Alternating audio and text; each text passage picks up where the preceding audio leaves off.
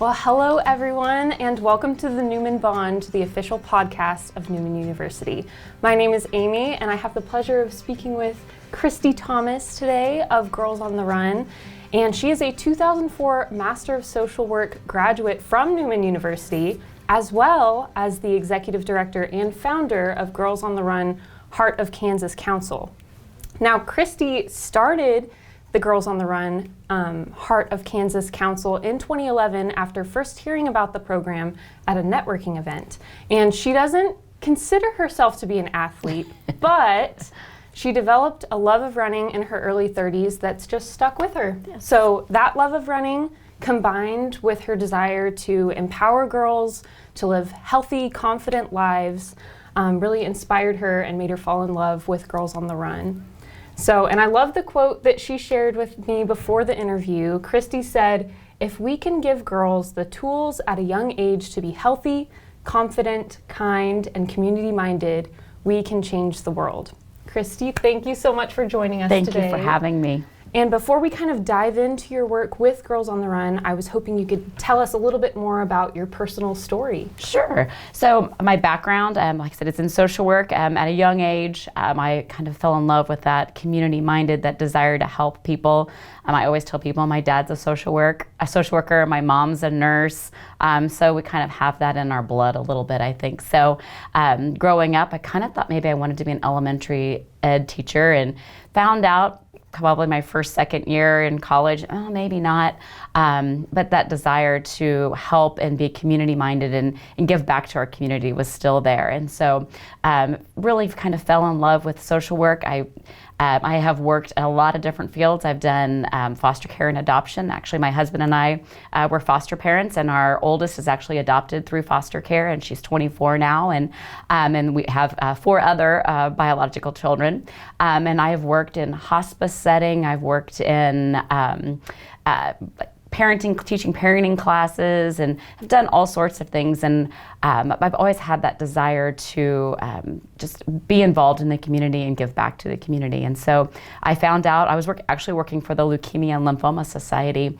I was their patient service manager, and that's kind of where I found out that I actually maybe did like working out, and did maybe have a little bit of an athletic ability about myself. I decided I was going to sign up, and my husband and I did a triathlon. And a lot of people are like, a triathlon? That was your first event that you ever did? Yes, an Olympic distance triathlon. My husband and I did the Chicago Tri, and I honestly thought my name would be at the finish line, Christy Thomas DNF, did not finish. I just didn't know that I didn't think I could do it, because I never had ever done anything like this in my life.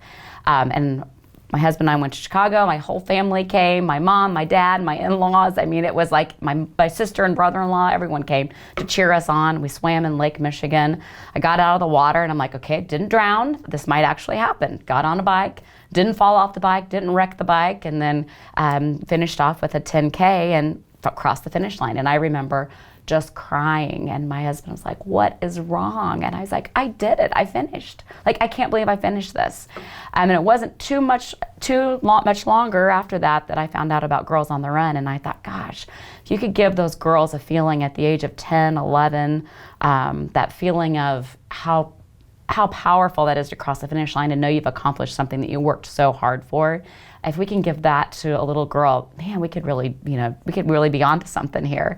And so that kind of, I fell in love with that whole idea, and that's kind of where it started my running, and started kind of being doing a little more crazier things, like, hiking Pikes Peak, and doing some of these other events that you just feel so proud of yourself. And I still, to this day, I've done, I think, 29 half marathons, and I still get a little teary-eyed when I cross the finish line, because there's still a part of me that still goes, God, you did that. I can't believe you just did that. You just did the hardest, that's like the hardest thing for me. It's like, I can't believe you just did that. So my family always teases me. They're like, you do like a half marathon every year, and you still get teary-eyed. And I was like, something about knowing that you've worked that hard for something and accomplished that. And so that has kind of turned into my love of just seeing young girls be able to accomplish this, and then teaching them so many important life lessons along the way. Wow, it sounds like you've had really every walk of life you've gotten to kind of experience and support in different ways. Definitely. And that is a contagious feeling to be able to pass that on to a younger generation too. Absolutely, absolutely. So I'm curious, what led you to Newman? Of all the places you could have gotten a Master of Social Work degree, what led you to Newman, and kind of talk a little bit about your experience here? So I think a lot of it was being Catholic, growing up Catholic, and then also at that time, it was a new program. I think Wichita State and Newman both were starting their programs about the same time, and Newman had a little bit more experience and had more of there was more of a positive, there was just more of an appeal and more of a positive. A lot of students had started the program and had a lot of positive feedback about Newman. And so I think that's kind of what drew my interest in Newman. I loved my time here. Sometimes I look back and go, oh yeah, that's right. It's kind of one that was a very busy, challenging time, and because it's like we had kids, little kids at that time. I was working, so there was a lot going on at that time too. So, but definitely something that I'm so glad that I was able to experience, and so glad that I was able to accomplish that. Even though it was, I think a lot of times you're going, oh my gosh. I look back and go, how in the world did I survive working full time and doing a practicum and having kids and going to school? And then you realize, oh, we can do anything, man. We can do anything. Like a triathlon Exactly right. itself. Exactly right. That's the truth. Awesome. So can you tell us a little bit about your goals for your future career coming right out of the gate from getting your Master of Social Work degree? Honestly, I don't really know that I knew what I wanted to do at that point. I had been working at hospice, and the hospice field is a very hard field because there's never a happy ending. I always said, it's death and dying, and it's so hard. And there were happy, you were able to be there for families, you were able to there to comfort families. It was just such a challenging field. And I remember one time someone told me that, the hospice life worker is like 18 months because it is just so, it's just so sad and sometimes can be very challenging. And so I loved my time there, but I felt like everything I've ever done has led me to this point at Girls on the Run. Because after I had just had my daughter Isabel right after I started working at hospice, and so I needed something different. I needed something with a little bit more flexibility. I needed just different time in my life, and so I was offered a job at the Leukemia and Lymphoma Society. And when I worked there, I had no fundraising experience. I had no experience with running. I had no event planning experience. But working at Leukemia and Lymphoma Society for 6 years, I learned all about fundraising. I learned to love running. And I just felt like everything I've done has opened up a door for me to get me where I am today. I think so many times we have to look at that in our life. Like this, I had a job that I was working outpatient mental health while I was doing getting my degree. I did not like it. It was not my cup of tea. And I knew that the first week. I walked out going, what have I done? And I remember thinking, you give it a year. You've got to give it a year. You can't judge something the first week. I think I lasted 16 months. And it wasn't my cup of tea. It just wasn't. But I learned so much in that year and a half, or that 16 months. I learned so much about myself. I learned so much about mental health and how important it is that we take care of ourselves, and how important it is to reach out to people who are struggling with mental health issues. And so many things I think in our lives bring us to where we are today. And that's how I felt about Girls on the Run. Like, gosh, it opened up so many doors. I got connected with the running community. Going in, I had so many people that were like, oh my gosh, when you get this started, I want to coach, or I want to serve on your board, or I want to volunteer with you. How can we get this going? So I think everything kind of brought me to where I'm at today. Wow. And I bet it prepared you in ways that you wouldn't have expected Absolutely. to, being able to, serve these girls in even deeper and more meaningful ways than maybe you would have before. Absolutely. So, very neat. So can you tell us what kind of was going through your head as you started this Girls on the Run Heart of Kansas Council here in Wichita? I remember, I remember finding out about it, and then so a group of girls, we were training for the Chicago Half Marathon, and it was like in August, and it was the rock and roll half marathons that they do. And so there were probably 6 or 8 of us that were going up to Chicago to run this half marathon. And I had been telling them, God, there's this awesome program. It's called Girls on the Run. I would love to see it in our area. Our girls need this. And it's just, I said, adult women need this. I mean, it's just perfect. And so they had heard me talk about it. Well, we were walking along Michigan Avenue the day before the race, and we were out in front of the Garmin watch store. And there are these crazy girls outside with big signs jumping up and down. And they're like, come in and learn more about Girls on the Run. And I said, oh my gosh. And they're like, what's wrong? I was like, Girls on the Run, that's what I want to start in Wichita. And they're like, well, let's go in and learn more. And I was like, no, we're here for fun. We're supposed to be shopping. And it's like, no, we're not doing that. And like, no, we're going in. So we go in. Well, the founder of Girls on the Run was there, Molly Barker, along with several coaches. Jenny Hatfield, who is a writer for women's running magazines, and does a lot of training plans, has several podcasts, several books. She was there, and man, and so we listened to them talk, and after it was all over with, I went up to Molly Barker, and I remember saying, how can I make this my job? Like, I want to do this. Like, this is what I want to do. And she's like, we have a lot of councils that do that, and that was 2010. And so they were still kind of new. They started in 95, and so, they were still they were growing, but they weren't like everywhere like they are now. And so I went home, and I was ready to go. So I emailed Girls on the Run International. I was like, told them about my wonderful experience in Chicago. And I was like, what do I need to do next? And they said, well, we have a group of about 8 women that have expressed interest in your area. Here are their names and numbers. So I emailed them and I was like, hey, just had this most amazing experience in Chicago. I met Molly Barker. I am ready to go. What are we gonna do? And a few people emailed me back and it's like, I think we just need someone to take the lead on this. And I was like, all right, let's have a meeting next Sunday night, 6 o'clock, Panera. If anyone who wants to come, let's do it.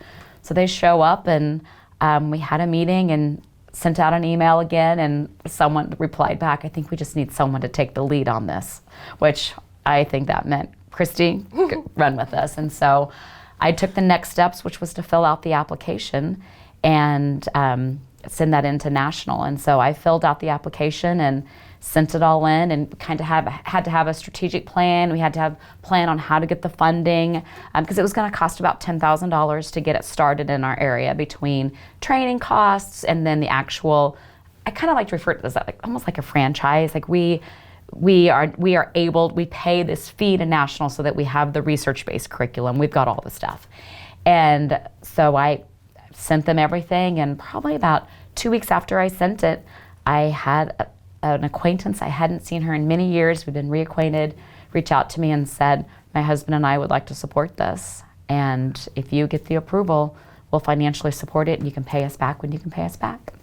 So there we were. I was like, check. And I remember my husband, when I got that call, I looked at my husband, he's like, you got the money, didn't you? And I said, I got the money. And he said, we're doing this. He's like, it's meant to be. Like, that was gonna be the big stumbling block.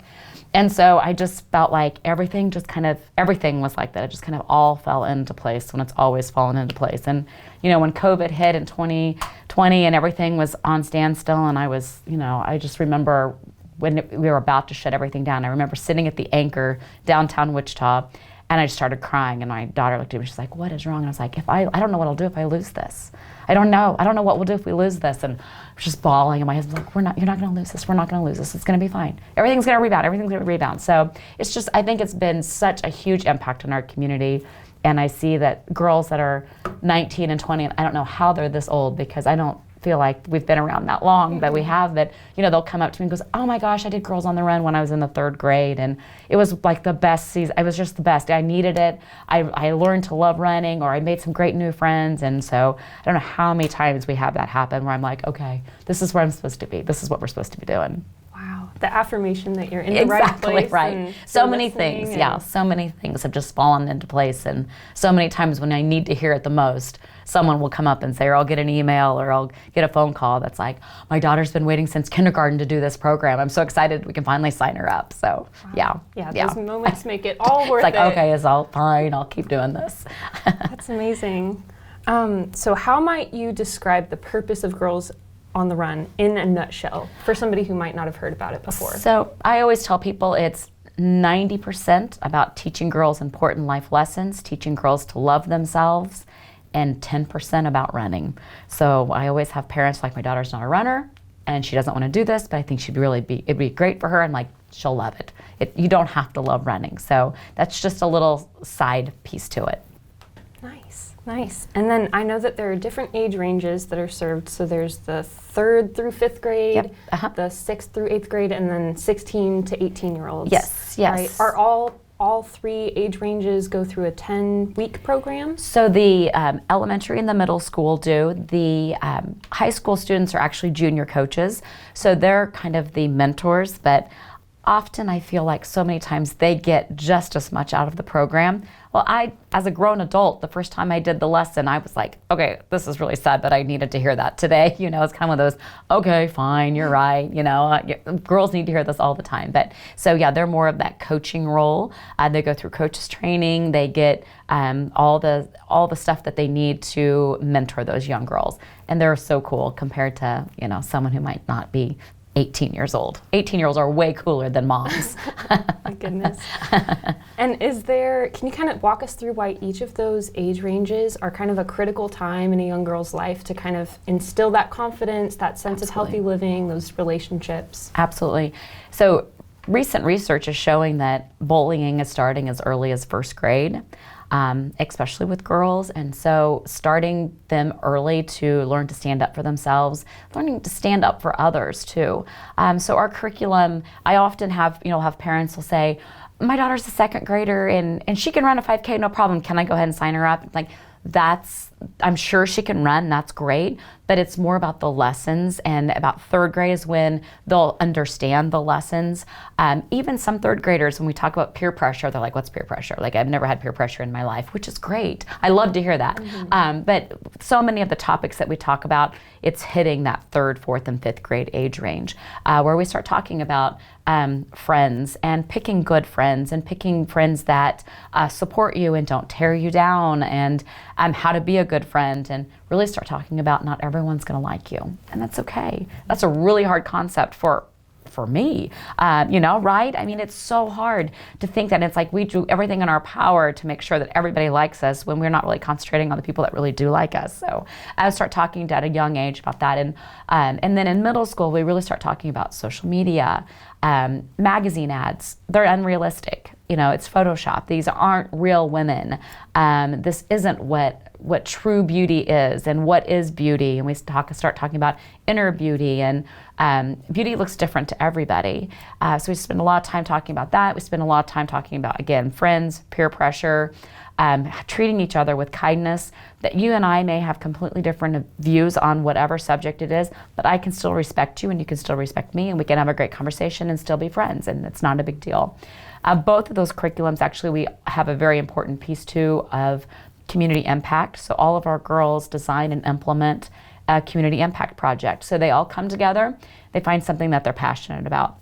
What we have found is most girls are passionate about one of 2 things: other kids and dogs and cats, little pets. So the Humane Society gets a ton of dog toys and treats and homemade blankets and all sorts of stuff from us, because they love themselves some puppies and kittens. So it's really fun to see what they come up with. We try to make it that they're the ones coming up with the project, not the coaches, and that it's very much girl-driven and not adult coach-driven, which can be hard for coaches because they maybe have something they're passionate about, but letting girls kind of make those decisions. And then in high school, like I said, that age is important because it gets them involved in the community already. It helps them see the importance of being part of the community, giving back to your community. It helps with resume building, it helps with college applications, but also those lessons are sprinkled in there, especially in that time of high school when it can be very challenging when it comes to mean girls, again, friends, social media, and it always feels good when you've got a younger generation who looks up to you and, like, oh, I want to sit by you, or, oh, will you be my running buddy? And I remember there was a high school student who was coaching my daughter's Girls on the Run team, and my daughter asked the high school student to be her running buddy and not her own mother.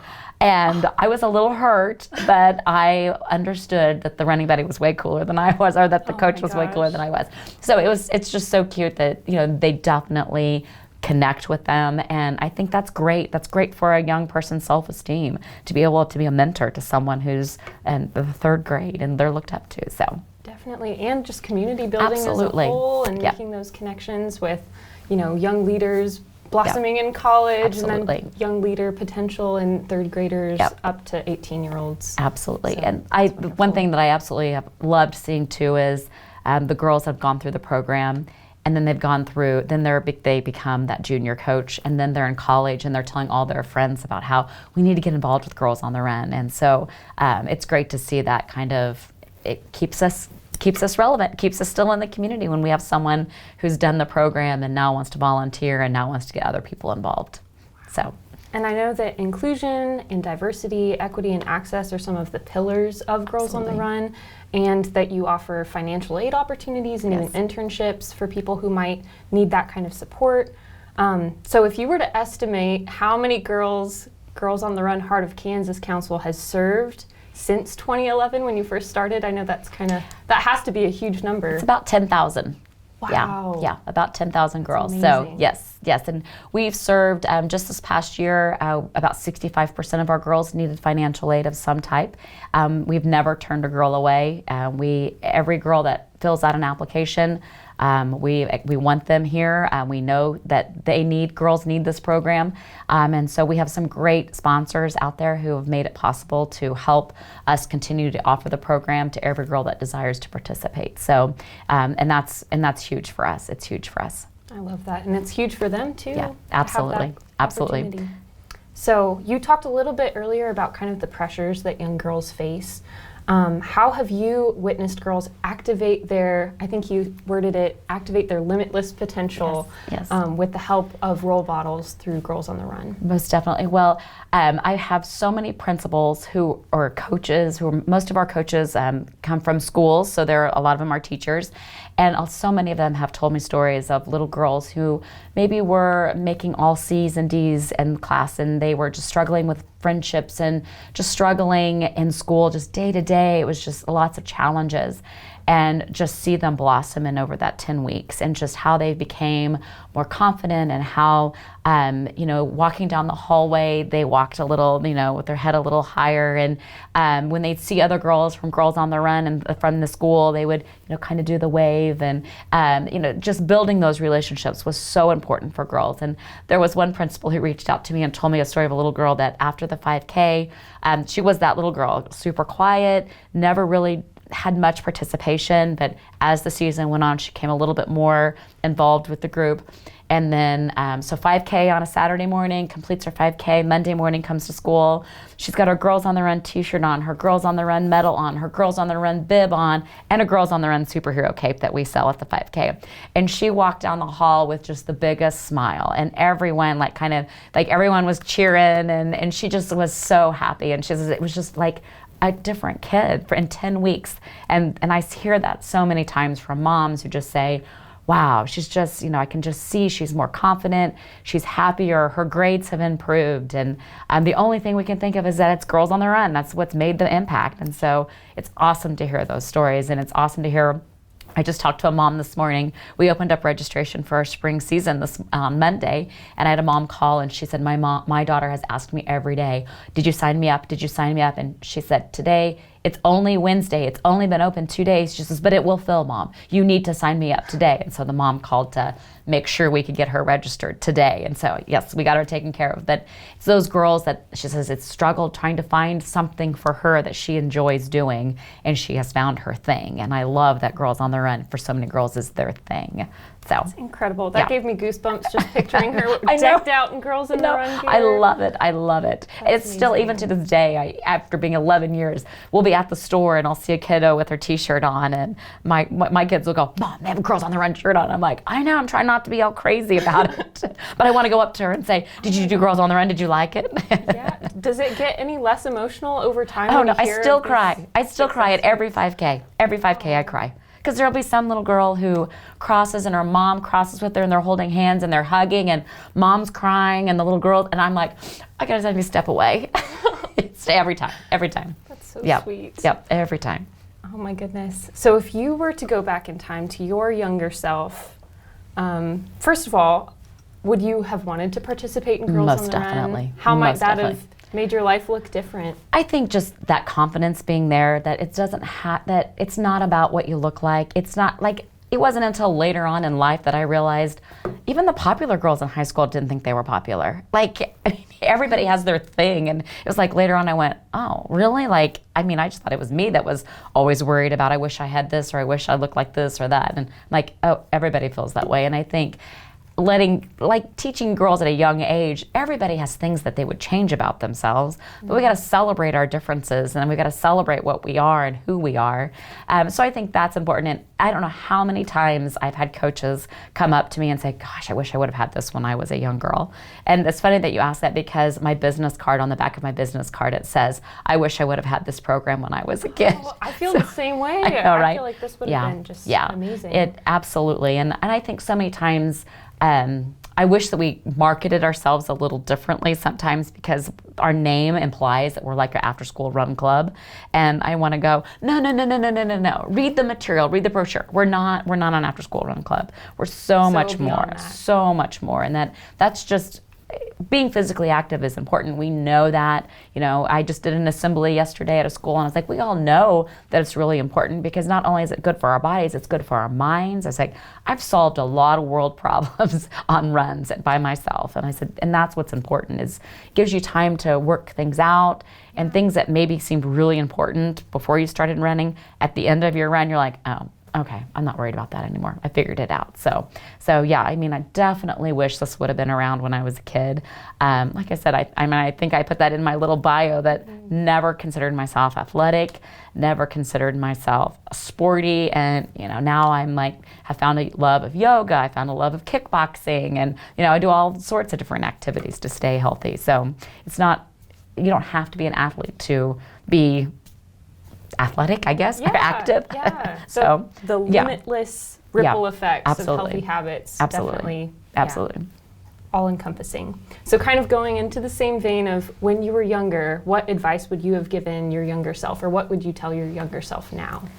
Things that seem really important probably aren't as a big a deal as you think that they are.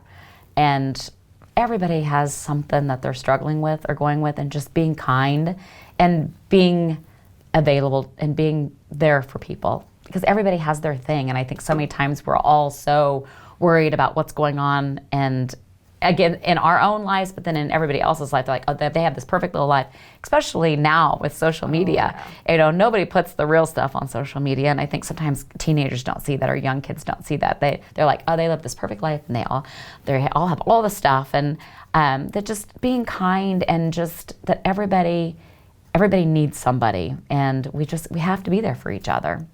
Absolutely. I could not agree with you more. So the mission of Girls on the Run is to inspire girls to be joyful, healthy, confident, using the fun, experience-based curriculum that you talked about earlier. How does the mission of Girls on the Run kind of resonate with your personal mission? I think being joyful, I think that's just so important. And I like to create fun times in my family, and I have children aging from 24 down to 7. And so I have like a lot of opportunities. And people often say, oh, man, you guys you do the funnest vacations. You guys have some fun family traditions that we always do. And I think just having joy in our home, whether it's putting a puzzle together, or, you know, hiking through Yellowstone, whatever that, you know, it's just always bringing joy into our lives. And then being healthy, creating healthy habits. Like I said, during COVID, it was a rough time. My son, who's now 23, at that time, he left for basic training. He was engaged, and so I was often very stressed about, man, I got this kid who's in, you know, basic training, and here we are living through a pandemic and very stressful time. And I stopped working out. And finally, I decided one day, no, this is it. You've got to stop this, because you're just getting in your own head. And so I vowed, it was from Memorial Day to Labor Day, I was going to walk or run a minimum of 2 miles every day. I ended up doing over 100 miles every month, and actually was averaging more like 120 miles a month. But I found that once I just made that little change in my life, how much of an impact that was able to bring into our lives. Just that we were, you know, I was happier, I was healthier, I was more joyful. And I think that so many times we stop doing the things that we really enjoy doing because we get so into whatever else is going on in our lives. And so I just think doing the things that you enjoy, and often it spills over into everything else in your life. And I think that's what Girls on the Run does for so many girls.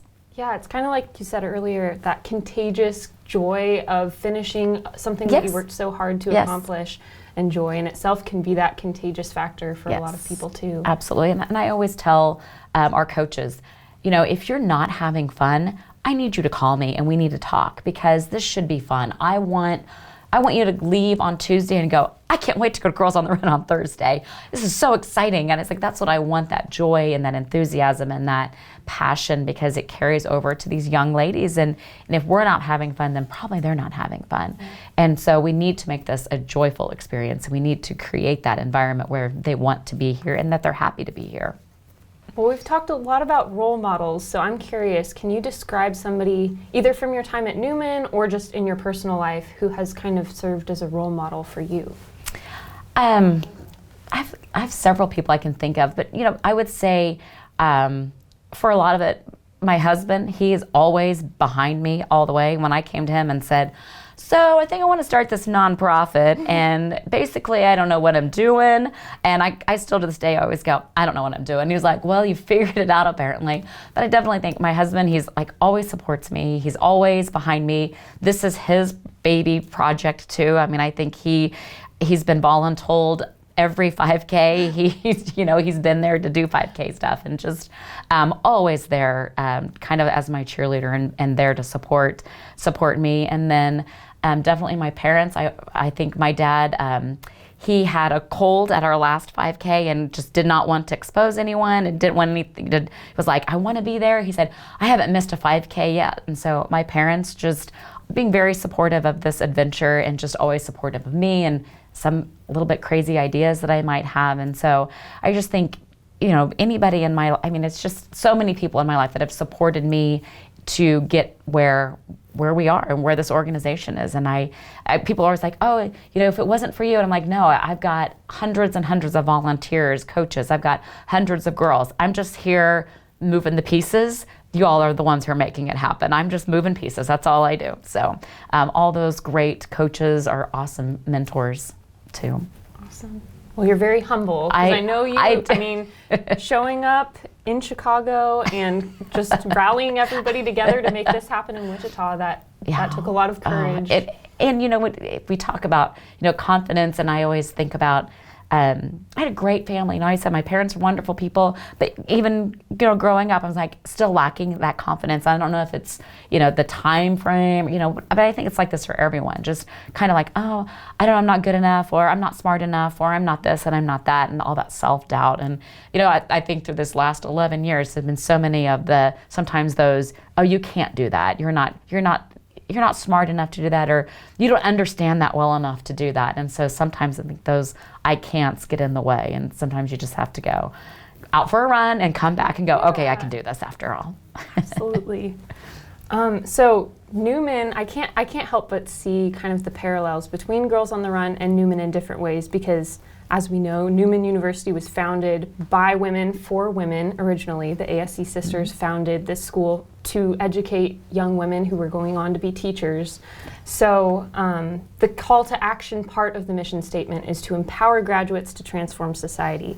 So can you kind of, looking back on all your education and skills, both at Newman and beyond, how do you feel you've gotten to be a part of transforming society for the better? I think just giving girls these these tools and these life lessons. And so many times we hear about, we need to support women and we need to empower women, and we need, instead of tearing other women down, like, oh, she's this great business owner, but, and there's always like this, and then it's almost like a negative thing you say after that. Instead of just saying, she's a great business owner, and then we stop. It's like, why do we tend to want to put down someone who maybe has it a little bit better than us? And I think women tend to do that. And so I think teaching girls at a young age that we can say, you are awesome in math. I wish I could be in math as good as math as you are, and letting it go. Like, we don't have, and then instead of the next day being at the lunch table going, well, you know, the only reason why she's good at math is because blah, blah, blah. I mean, it's like we've got to stop that, and we have to start supporting each other, and we have to start lifting each other up and celebrating each other's accomplishments. And there's so many challenges. There's just so many challenges that I think we do to ourselves sometimes because I don't know, it's just so many years, I guess, maybe of being conditioned to act this way and treat people this way. But I think we do this to ourselves sometimes. And so I love that I'm part of teaching girls at a very young age. We can all celebrate each other, and we can all be happy for each other and just be okay with that. Absolutely. Trading in the competition with each other for just celebrating each other together. And we always teach, we always talk about this at coaches training, that Girls on the Run is not a performance-based climate. It's a mastery climate. We want girls to master, running. We want girls to be proud of themselves. We want girls to set goals and go, today I'm going to run a mile, and celebrate that they just ran a mile, and not be, well, I ran a mile, but you ran a mile and a half. I'm never going to be as good as you. And that feeling of that someone else is always going to be better than me. About celebrating what we've accomplished and looking at our goals. And if we set those little goals, we can accomplish anything. And for some girls, it might be to run a 5K. For others, it might be the first person in their family to graduate from high school or to go to college or whatever that's going to look like. And we hope that that's what our program will do in the long run, is goal setting and work hard, you can accomplish anything. Even from the stories you've shared today, I've kind of gotten the sense that definitely happens. Yep, definitely. Congratulations. So, it's so exciting. And then last question for you, unless there's anything else to add, but what advice might you give to individuals who are also looking to kind of transform society through their careers, through their volunteer work? What advice might you give them? Find your passion and go out and seek what's out there. I mean, that's, my kids often joke and say, if you don't have a job, your job's a hobby. And I was like, ugh, I put a lot of time in this hobby. But it is, it kind of is, it's fun. I mean, it is fun. And yes, there are times that I want to bang my head against the wall and go, why am I doing this? Why am I doing this? Remind me, why are you doing this? And then, but most of the time it's like, I go to work and I'm excited. Like during Christmas break, I was like, I can't wait. I'm ready to go back. I'm ready to go back to work. I'm ready to get my coaches. I'm ready to get the girls signed up. I'm ready to do this. But find something you're passionate about. And there's something for everybody out there, especially when it comes to volunteering. Serve on a board, get involved, whether it's boots on the ground, throwing up tables at a 5K and tearing down, whatever it is, get involved in your community. The only way we're going to change the world is if we're all coming together. And that's what we need to do, especially now. We all need to come together, and we all need to just do that positive thing in the world, whatever that is. And everybody has the ability to make a difference. Absolutely everybody does.